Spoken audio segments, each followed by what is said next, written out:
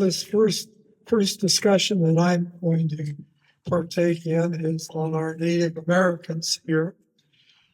All of Curry and Del Norte County were Athabascan language people. So there's a lot of different linguistic groups, but Athabascan were Coos and Curry, or Curry and Del Norte County. Ever since I was a little kid, I've always wanted to hunt for arrowheads. And so Raymond Lodge was up on the old highway here, just before you get to Myers Street. And folks and friends would show up there. And so I would go down to the old Midden down over the hill and look for arrowheads. And every day I was there, I always found at least one arrowhead. They may not have been perfect ones, maybe on rejects, but anyway, that started my real interest in Indian culture. And so then the other thing that happened with a new highway being built in 58, 59, 60 between Gold Beach and Brookings, they went right through the main village site here at Pistol River. And first thing I noticed was it was on the Big Henry property, but the state of Oregon wasn't concerned about bulldozing through the old village site. And I happened to see some people digging there, so I went and visited with them, and they were out from Eugene. And so they were finding a few things.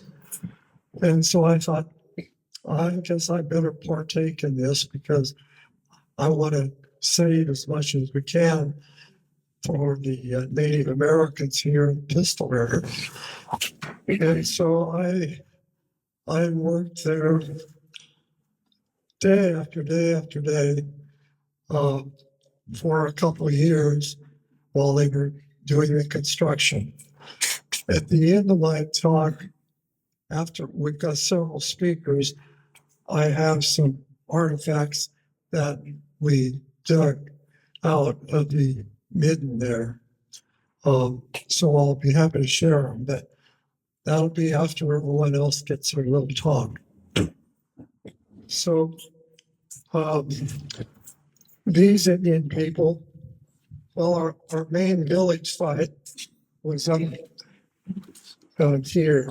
This is Pistol River. But,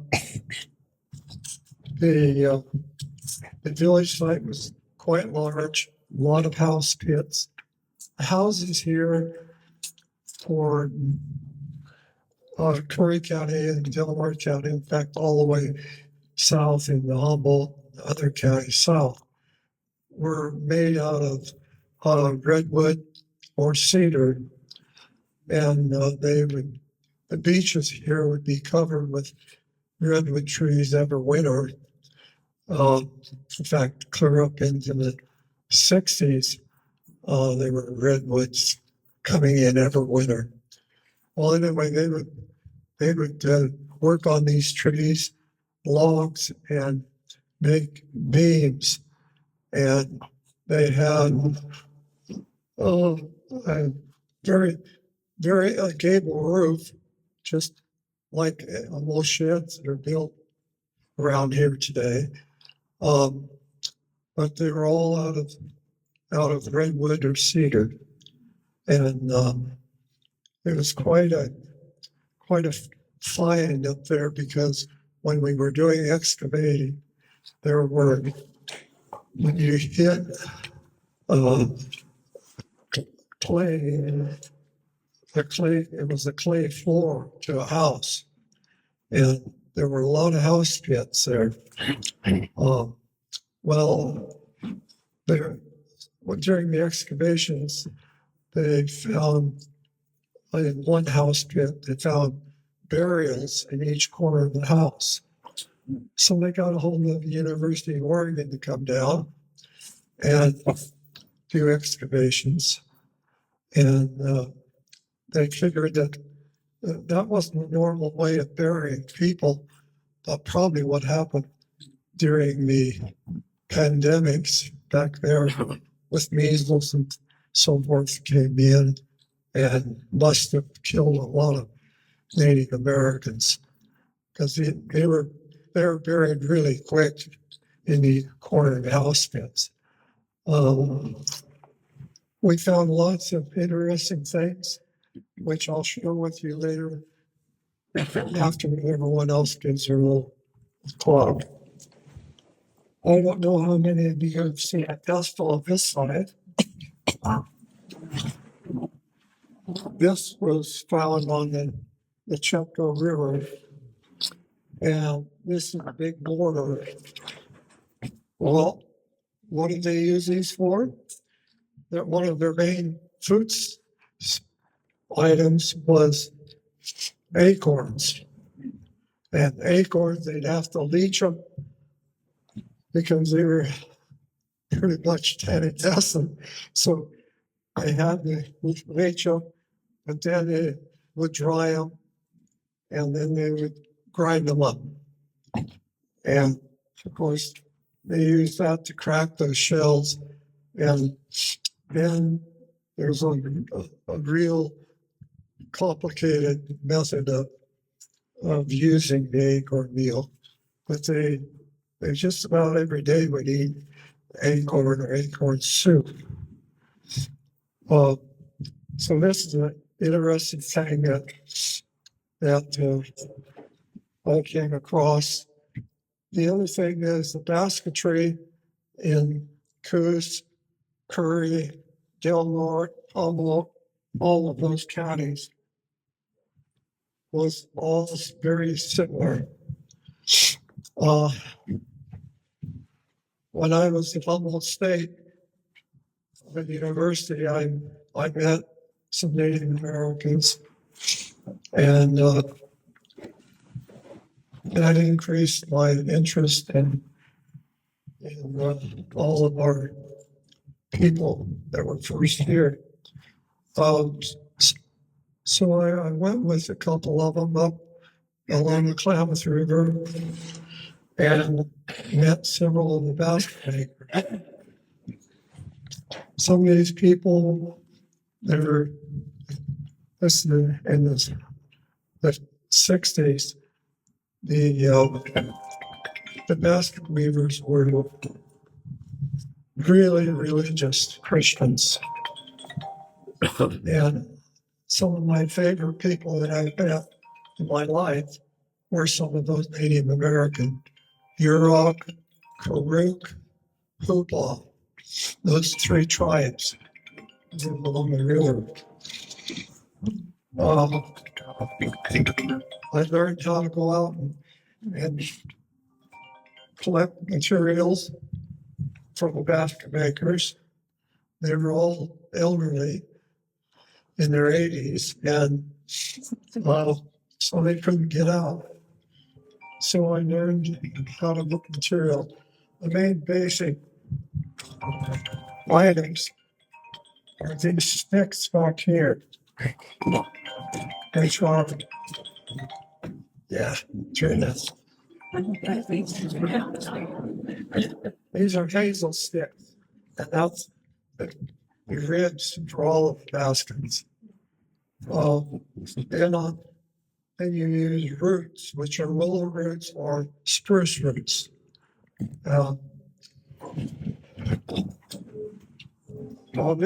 This basket is all out of hazel sticks, and even the weaving sticks go in and out are hazel. So it's a real strong basket. And that's what they would use for the baby baskets like this. Yeah. So I kept purchasing more and more baskets, and finally I was told by my friend, well, you better learn how to make them. So I, I've made lots of baby baskets. I've still got sticks, so I still have to make some. Uh, this is one that I'm making, which is a hat. These two baskets here are completed hats. I still got about an inch to go on that to finish it. The basic materials, again, are hazel sticks and spruce roots, and the white is bear grass. But bear grass grows all over the hills back here in Curry County. And you gotta burn your bear grass area, so then in the spring it comes out new and it comes out nice and soft and flexible, doesn't have a spine on it. So it's very, very good. The other overlay material, besides white for bear grass, is this red, which is fibers out of the woodwardian fern. And but it isn't this color. Well, it's kind of a green. Well, you chop up some red alder bark, put it in a pot, boil it. Oh boy, does it get red. Then you put in your woodwardian fern. And the Crook people, they use woodwardian fern more than anything. And this one has all three items in it: the red woodwardian fern, the white bear grass, and the black is made here for.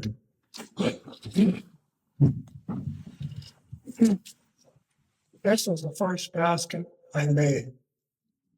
It's a tobacco basket. The Indians here did have a wild tobacco, and they would smoke it. And later after all of the talk, I'll show you some of the items that we excavated up there. I do have a pipe. Anyway, my interest in basketry is just mushroom. And we did have a class several years ago with some local people. And I'm getting older now too, so I'm a little more limited. But I wanted to bring these baskets and show you that that's a garden basket up there. And it's all out of some hazel sticks. Very strong basket. Maybe you can go to the beach and put driftwood in those, carry it back for their fires. These people, we had a problem because in the 1850s, the miners coming in to mine gold, and pretty soon they started, and it was the white miners that caused the problem because they were after the Native American women. And so we started the Indian War here. And at the end of the war, they took all of the Indians.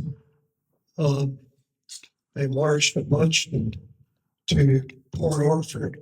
They put on ships, took them up to Central Oregon coast, where they set a reservation, a Slits Reservation. But those were the lucky ones that got to go on a ship. they marched the rest of them all the way up the coast. And a very hard time for all the Native Americans. They mixed all the different tribes up there at Siletz. So there's still people there that are part of Crystal River or Tututi, Chetco. There was one Indian ward, one Indian Native American woman. She went south. She ended up in Trinidad, California, and she married into the tribe down there. So there are relatives of Crystal River Indians. And the people call the name of the people was Chatutin. Chatutin meant the people. Well, this village site, Chileshivish, that's probably pronounced wrong. I've got to visit with some Native Americans and at Coos Bay. But the people pretty much, once all the tribes got together, forced on the reservation, it's just like all of the pioneers here, like Marie says, her mother's people, her grandmothers, her grandfather's people. You mix all of your blood together. So it wasn't just Coos Curry people that were taken to that reservation. They were all from the Oregon coast. I'll be able to come back after the one and visit with people and show you these other items, because that takes a little bit of time going through those. But I've got elkhorn wedges, I've got needles, eye needles, I've got all sorts of bone material that was used for items. And some of it has carving on it, so it's very unique. And I hope to someday we have our development here at Crook Point. I hope to have a museum room with all that stuff on display, because it needs to be shared with the people.